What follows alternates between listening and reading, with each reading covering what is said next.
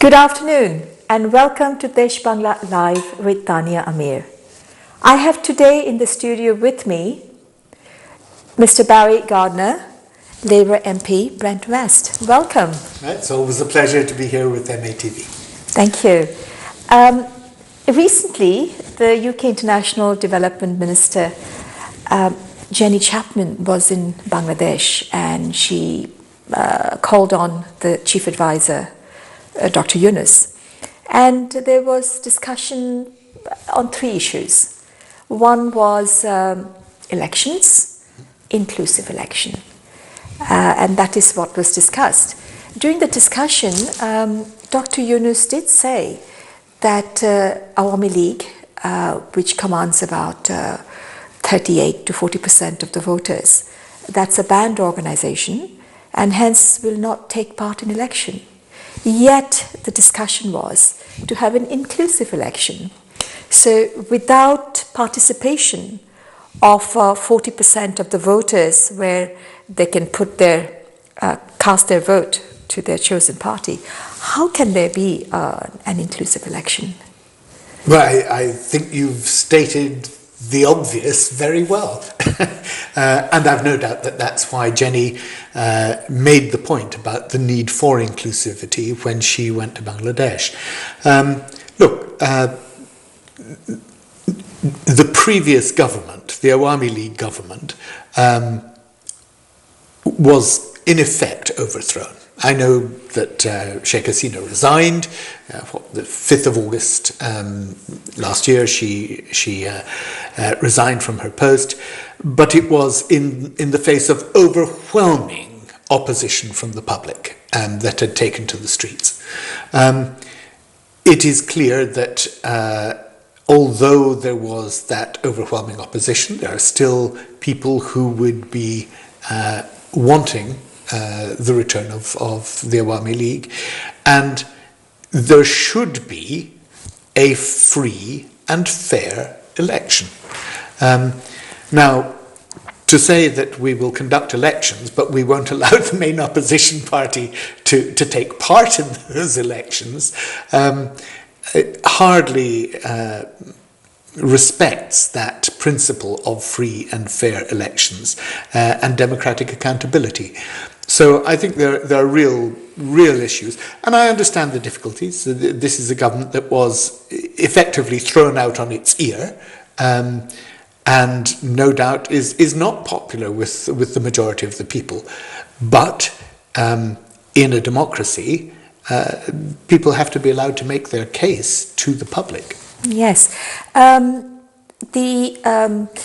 mob in the streets, there are allegations that there were possibly foreign hands. There are allegations of even President Trump, when he took office, the US aid was dismantled across the world. The NDI and Tulsi Gabbard recently said that the US is not going to be involved in regime change, and we've seen similar incidents in Nepal and in Sri Lanka. So there seems to be a pattern. So to what extent the present government, which is unelected, or the popular uprising that you're saying was spontaneous, or to what extent it was engineered? Because Dr. Yunus, when he went to US, he admitted that it was meticulously designed.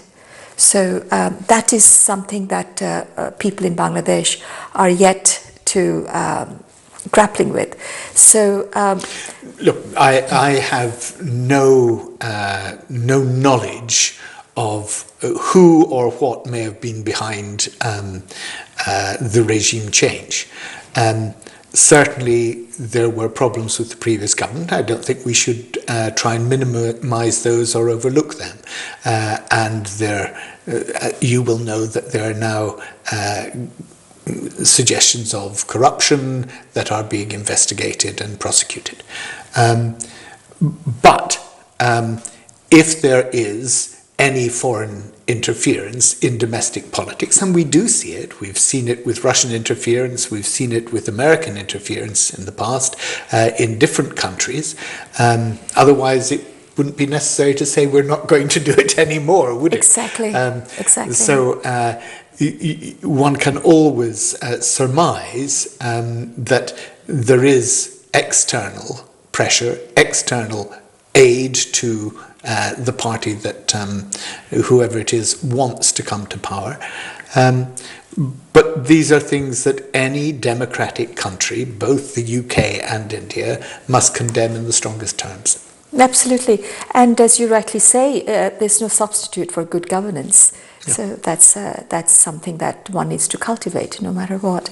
Now, in order for there to be an election, which Dr. Yunus has promised first week of February, before the... yes, time's getting short for that, is it not? Exactly so. So responsibility has to be given to the Election Commission to start preparing. Yeah. And they need at least 3 months. Does it not look as if we have passed the timeline? Well, look, I don't know what the law in Bangladesh says about the timing and the notice that needs to be given to the Electoral Commission. But certainly, if an election is to be conducted responsibly, it's clear that the Electoral Commission and all the agencies that are involved in preparing ballot papers, in putting out due notice, in ensuring that you have the complete list of those who are able to participate in the election legally and those who are not. It's really important that that preparatory work is able to take place. And Ramadan will be coming up, so the time scale is really truncated now, I would say. It may still be possible to do this in an orderly fashion, but I think it's getting very difficult to see how that would take place. So would you say the sincerity, is it visible that Dr. Yunus, the promise that he has made for first week of February. You're trying to put words in my mouth. Not at all. It's the last thing I'd want to do. Tania, I am not going to accuse anyone of insincerity. What I will say is that practical government puts things in place in good time. And that does not seem yet to have happened in Bangladesh. Yes, so we are cutting it very, very fine indeed. Yes. Yeah. So, and the other problem is that there's so much illegal arms that seems to have come into Bangladesh. There are quote-unquote vigilantes, militia groups, and on top of that, one of the advisor who is responsible for youth is training our young people with firearms, which is something only the official legitimate police and the army is entitled to do. And he is justifying it, saying, well, it's sort of martial arts, self-defense training. That is also causing concern. What would be... I think it's of huge concern. Yes. Let's be clear. When a government falls into the sort of chaos that we saw last year, then all sorts of groups and power struggles then take place. There will be the opposition party, which of course is now controlling the country, but there will be different factions, each of which wishes to assert itself over the other. And of course it's always possible that they fall prey to more militant forces. So I think it is deeply concerning that there isn't sufficient control of armaments. The idea that anyone other than the military in that country has a monopoly, should have a monopoly on the control of arms, that's ultimately what all governments state. They say that they are the only legitimate enforcer. So when you have militias setting up, when you have these people who are securing armaments for themselves and training people to their command, that actually undermines the whole stability of the state, because the state's claim, that is what a state is, the state's claim is that they have the monopoly on the use of force within a given area to enforce law and order. Correct. We have also seen, which is very new, flags of ISIS being flown, black flags and so on, in public gatherings and meetings. And although they're saying that these are mob violence, but then, as you rightly say, is it not the responsibility of government to be able to not encourage the mob, but to control that? Yes. Look, I'm deeply concerned, and I alluded to it a moment ago when I said that countries where governments fall into chaos, more militant forces can then arise, and you're giving specific examples of where this may be happening. I think it's not only those in Bangladesh that should be concerned about this. I think it is everyone that should be concerned about this. We've seen before what happens when countries give succor to terrorist groups, when they allow training camps in their own country for terrorist groups. They then export that terror. Sometimes that terror is exercised within their own country. But the last thing we need is more ability for what are, in most democracies, banned organizations to be allowed to take root in Bangladesh. I think that would be deeply against all common sense in terms of the geopolitics of the region. Exactly. ISIS or Hizb ut-Tahrir, which is also banned in the UK, we're seeing openly such flags being flown and demonstrations, but there seems to be an impunity. So well, that I don't know whether Jenny Chapman raised that when she was in Bangladesh with government ministers there, but it's certainly something that I think should have been on the agenda, and it's something that we should perhaps be offering any help that we can give to ensure that those groups do not gain strength and take root. Absolutely. And the first casualties whenever there's Islamist or extremist are women, and of course minority groups. And we are beginning to see that manifest. So shrines, churches, Hindu shrines, Muslim Sufis. Look, I know there have been attacks on Christian communities and Hindu communities in Bangladesh and the Sufis. Since then. Yes, and the Sufis. And the Muslim Sufis. So it is an intolerance of anyone who disagrees in whatever way. But I think what you say about women and girls is particularly important. So often these extreme Islamic positions, they seek to control women's fertility and sexuality as the most vital part of their social control. And let me say, as if I look back on Christian history, our church did just the same in history. They sought to control women. Now, it is deeply concerning that women's sport is being undermined, because from there you begin to say, well, okay, today it's women's sport. Tomorrow, perhaps it's women's education. Then perhaps it's women in the workplace. And you see the way in which actually that exercise of social control, which we've seen in places like Afghanistan, then takes root, takes hold of society, and represses and oppresses women. Thank you. Thank you, Barry, for being so candid on my show. I really appreciate that. Your minister, Jenny Chapman, of course, did make a commitment to the women and girls of the Rohingya communities. These are a group, for our viewers, are refugees who have from Myanmar, yes. From Myanmar, Yes, who have yes. taken shelter in Bangladesh. Yeah. But was it not a lost opportunity for the minister not to take up the issue of the women and girls in Bangladesh? As you pointed out, that girls' football was banned. Women are now being told that their work hours should be reduced. In certain areas, fatwas have been given that women cannot sell their products in the village bazaars.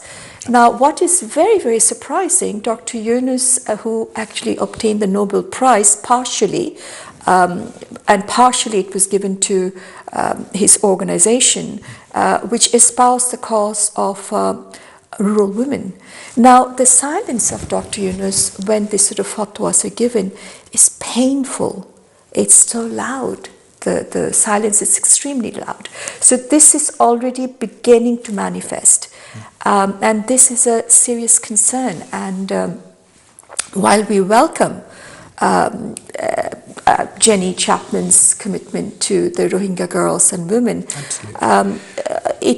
is it not a lost opportunity not to stand for the women of Bangladesh? I think what you've said is exactly right. It was perhaps a missed opportunity. And I don't know whether in private certain things were said or not. I'm not party to the discussions that they had.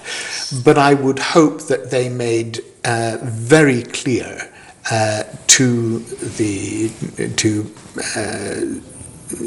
Mr. Yunus and to the government in Bangladesh that any repression of women and girls was deeply unacceptable to this country and that consequences should follow from it. Because, you know, I look at our relations with other countries that we are giving aid to, and on the one hand you can say, well, if you stopped giving aid, then the women and the girls would be the first to suffer from it. But to be supporting regimes who are oppressing the women in their own country is equally paradoxical. Absolutely, absolutely. We have to go for a break. So to our audience, stay with us, a short break, and we'll return shortly. Thank you.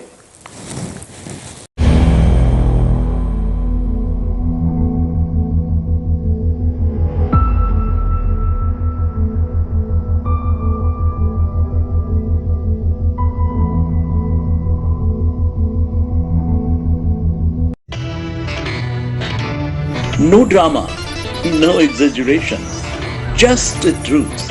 A complete news bulletin. MATV brings you Darshan News at 7 a.m., 11:30 a.m., 8 p.m.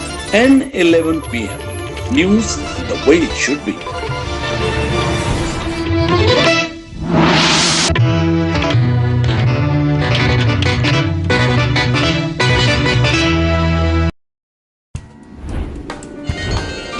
Jamwant के बचन सुहाए, सुने हनुमंत हृदय अति भाए।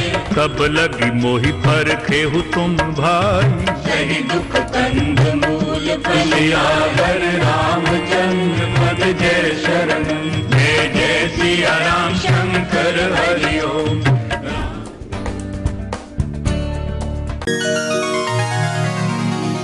दास तेरे की बेनती रित कर परगास, दास तेरे की बेनती रित कर परगास, दास तेरे की बेनती रित कर परगास। हजारों लोग हर रोज सुबह से रात तक कभी न कभी MATV जरूर देखते हैं. They might be your future customers, but you have to tell them about your products and services. Let's grow your business with MATV. Advertise Promote and market your product and services on MATV. Call MATV Sales on 07970 337036 or 0208 795 0026.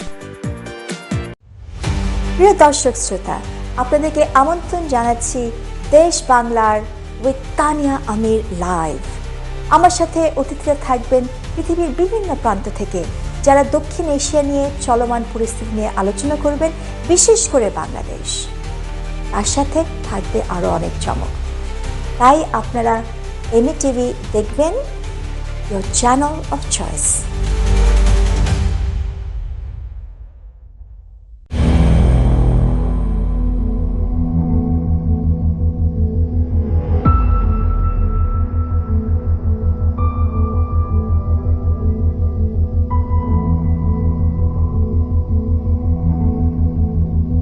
Okay, welcome back.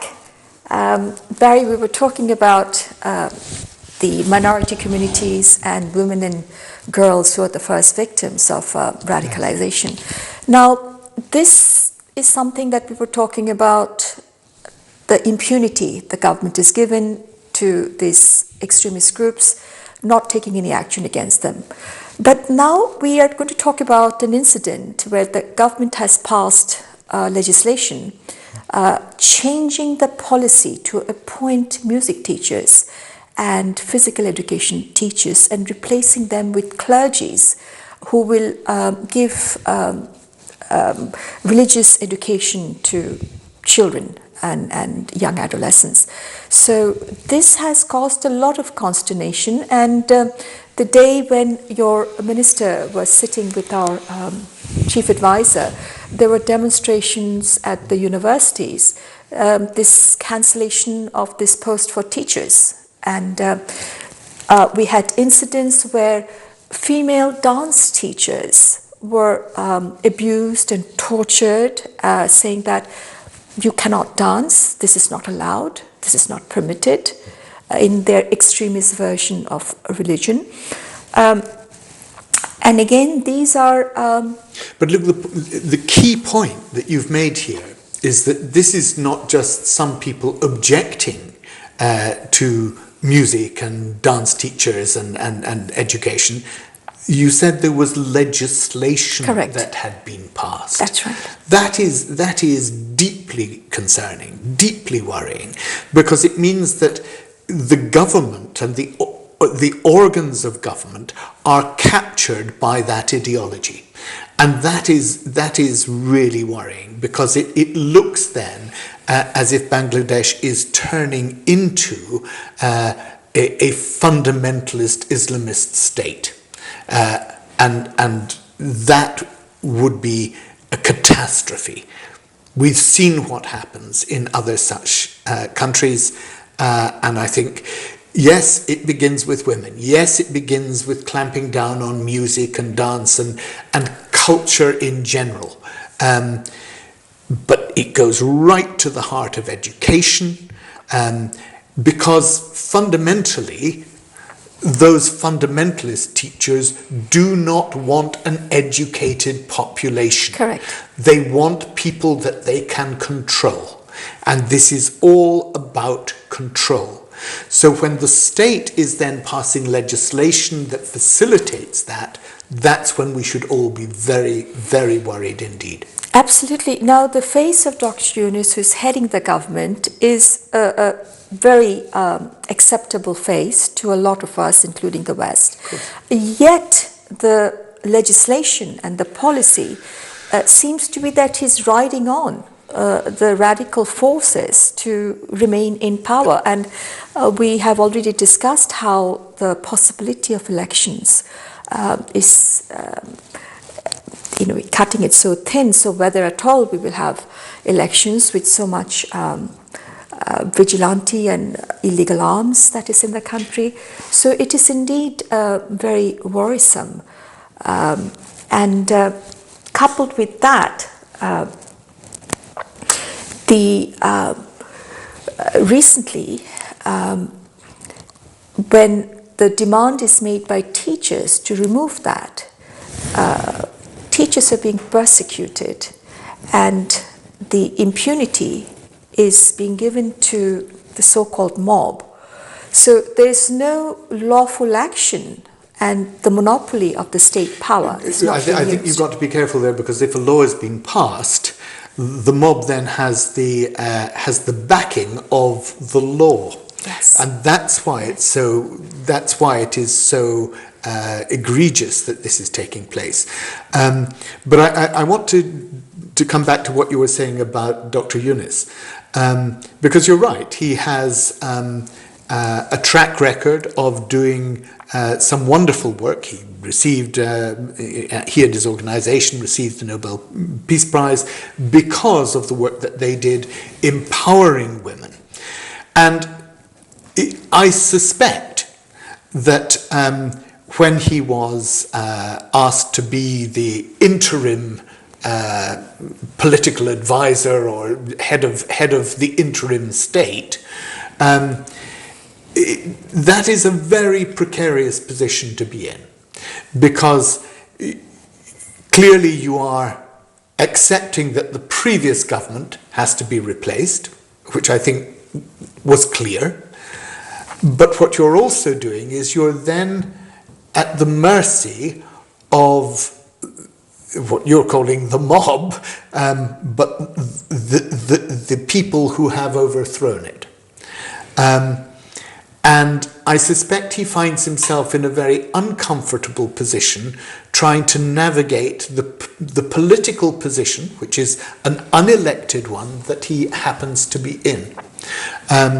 Now, I'm not an apologist for Dr. Yunus, but I understand how politics can put somebody in a position where it seems that they are the independent arbitrator, only to become somebody who is either being buffeted from both sides and is trying to keep stability. But the key question is, does he have the power and authority to do that? Does he have the power and the authority to do what everyone would expect somebody with his track record of empowering women to do? It seems to me he does not. It seems to me that he is not in control, but that there are other forces behind him or underneath him who are actually now exercising the real power and changing the legislation in a way that suits a far more radical, anti-women, fundamentalist agenda. Yes, that's certainly one way of looking at it, but at the same time, who is exercising the highest executive power, to say that somehow he's not involved, does it not take the responsibility away, do you think? I'm not trying to take the responsibility away, because obviously in a situation like that, if you want to be guided by your principles and you feel that you are being manipulated by those around you, there's an easy solution. It's not easy, but there is a clear solution, and that is to resign and to say, I do not agree with what is now being put forward and carried out as the legislative programme of the government, which I am the titular head of. And it seems to me that it's a difficult position to be in if you are trying to ameliorate the situation, but actually feel that your authority is in paper only and not real. But that's the point, I think, where somebody in that position should say, I no longer have the power to do what I believe is right, and therefore I will step back. Yes, I hear you. Now, the third issue that your minister talked about was lawful migration into the UK. And we will talk about it on two different perspectives. First, Dr. Yunus, because you've said that perhaps one should sympathize with him because... I didn't use that word. I mean, this is what I'm hearing. Well, no, look, what I said is, if you are in disagreement with what is happening, and yet you occupy the role that in in its title at any rate, says that you are ultimately responsible for Yes, it, I hear you. then you have a very clear choice to make. But I do understand that sometimes people in positions of supposed power do not actually wield that power. Yeah. It's others around them that do. I hear you. Now, in terms of the safe and lawful migration, what we have is certain licensees, manpower export license, which is very lucrative, but that whole sector is infested with so much corruption, human trafficking, organ trafficking. Yep. Now, Dr. Yunus, whom we take up, in my word, not your word, a sympathetic stand, if we're to take, how would you explain that Dr. Yunus has himself awarded himself a license for manpower export? Would that not be a conflict of interest if you wanted to clean up that area? Because your minister clearly said lawful migration, and that is something was on the agenda and that was discussed. So to what degree there is that conflict of interest, and if so, should we be sympathetic towards him, or is it something he himself decided that he wants this lucrative license?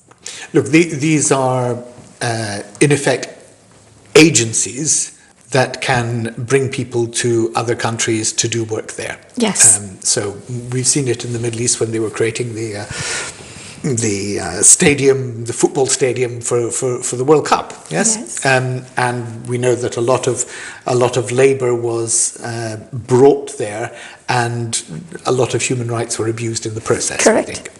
I think.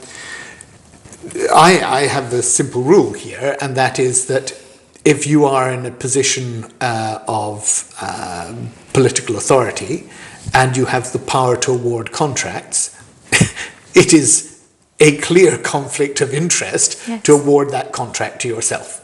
There's no question about that. Particularly if there is economic gain to be made through that contract. There's a word for it, and it's called corruption. So it's not just that, he has also awarded himself a digital wallet contract as well, and also passed a legislation to remove tax owed to the National Exchequer amounting to about 660, 100 crores taka. So these are also facts, and facing Dr. Yunus in this, what you say is a precarious situation trying to navigate. So is there not gains that he is making while in office? Well, look, the honest answer is I don't know, but it doesn't look very good, does it?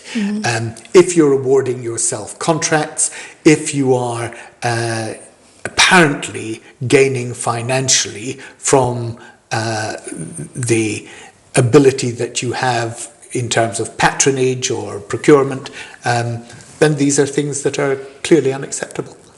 Sure.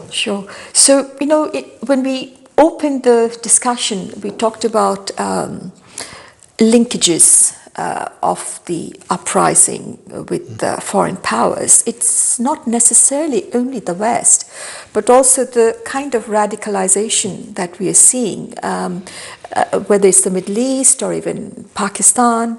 There is speculation. And of course, now we have the Pakistan generals coming very often to Bangladesh, and a warship, a naval vessel, also anchored within our port in Chittagong. Look, history tells us that the relationship that was originally there between what is now Bangladesh and Pakistan, it used to be East and West Pakistan. They used to be part of one country. And it was because of the Islamists and the opposition that the Awami League that were able to provide against those Islamists at the time of the separation, becoming Bangladesh, when it became absolutely apparent that Bangladesh itself was divided into factions, and the Awami League for many, many years managed to contain those tensions in the society. Now, they're no longer containing them. They're no longer contained. The Awami League has, it clearly became unacceptable what it was doing to the general population, and those who were perhaps being held in check by the Awami League and whose allegiance was elsewhere are now in the ascendant.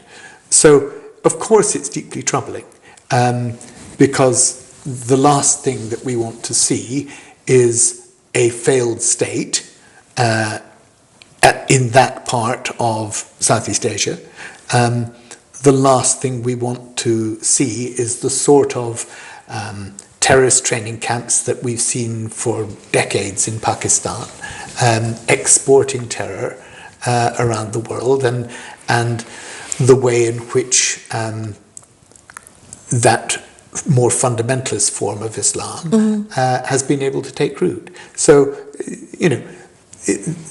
anyone who has even the preliminary understanding of history in the region that I have, and I don't claim any great understanding of it, but they will know that, this is a tension that has never quite gone away. Even though the Awami League were able to keep it in check, it has always been under the surface there, and unfortunately it seems to be now resurfacing, and let's hope it's not out of control. Again, thank you for sharing that, Barry. That's very, very insightful.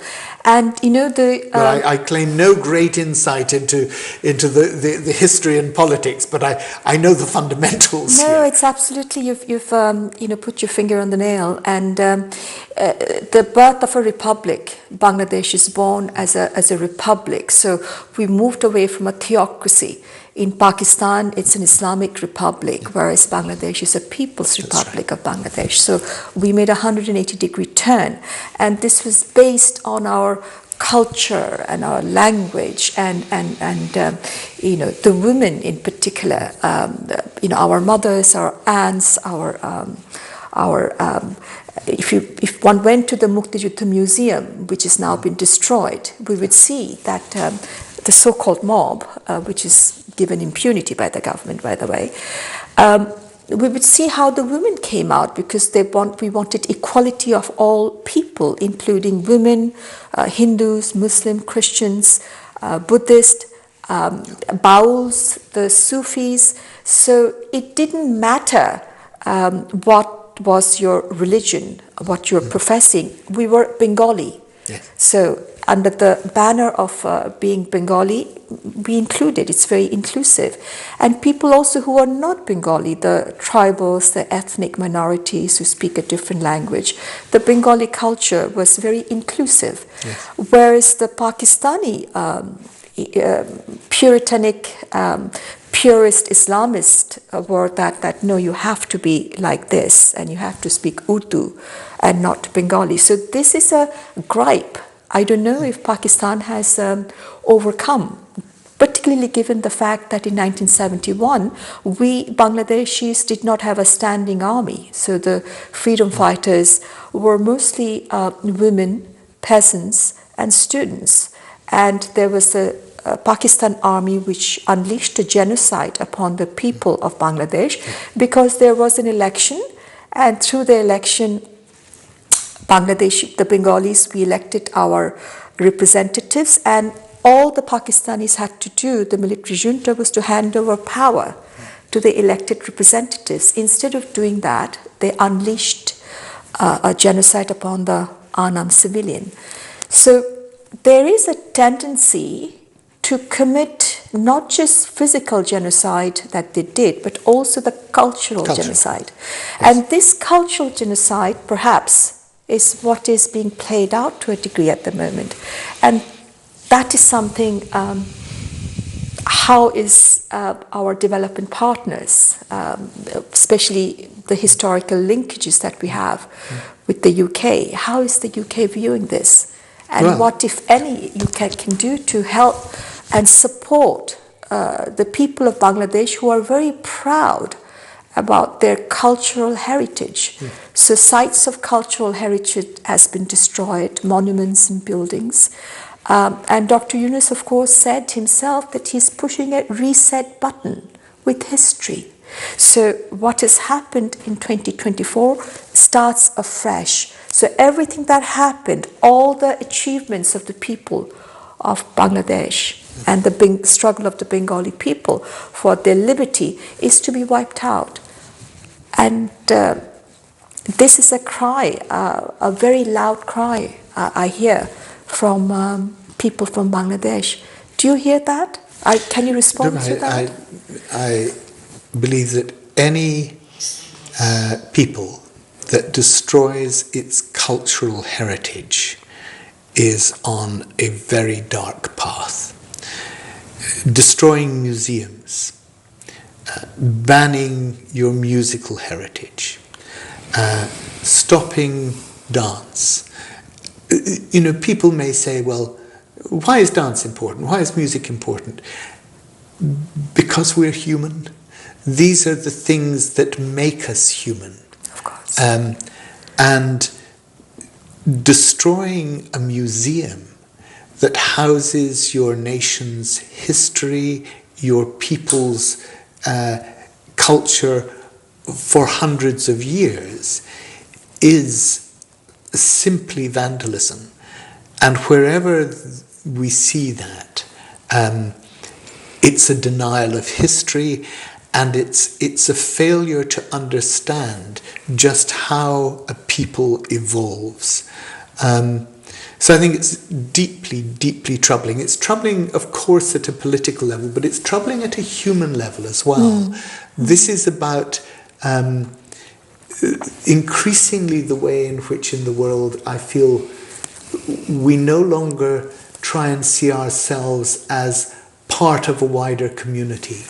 We try and identify ourselves more and more as an isolated, insisting on the differences that we have with other people, rather than recognizing that which we have in common.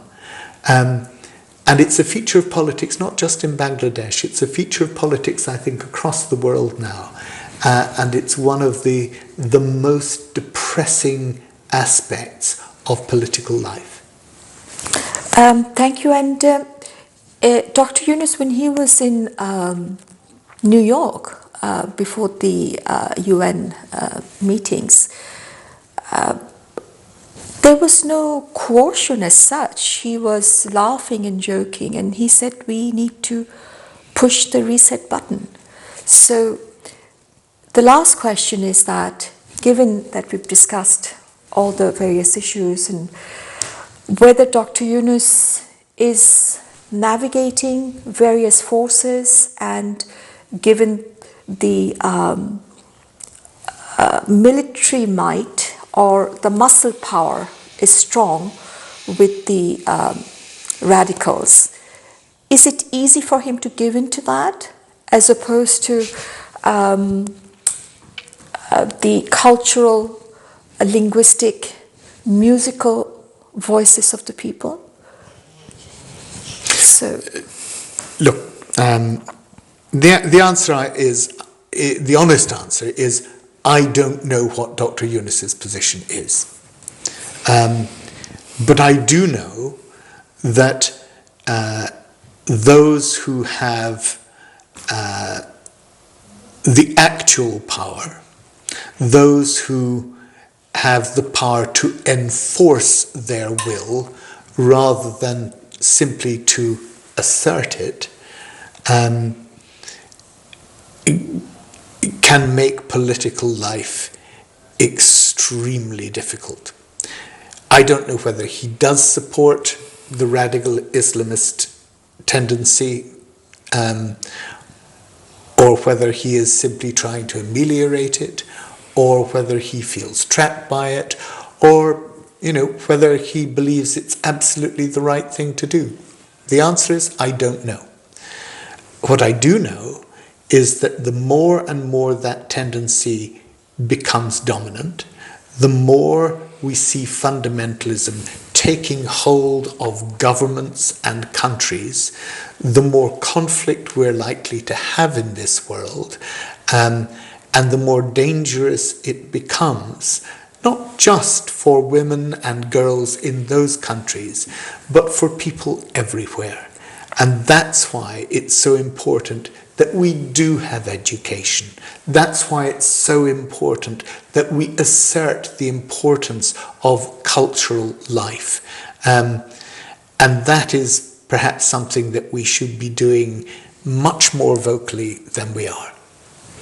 Thank you, Barry. I'm really enjoying this conversation. I just wish we had more time, but we are totally out of time. And would you promise to come back? Of course, always happy. Right? As I said at the beginning, always happy to be here with MATV. All right, so that's all for today. Stay tuned. Next week, we're going to have another guest. And on behalf of my audience, I'd like to thank you again. Jai Bangla. Jai Bangla.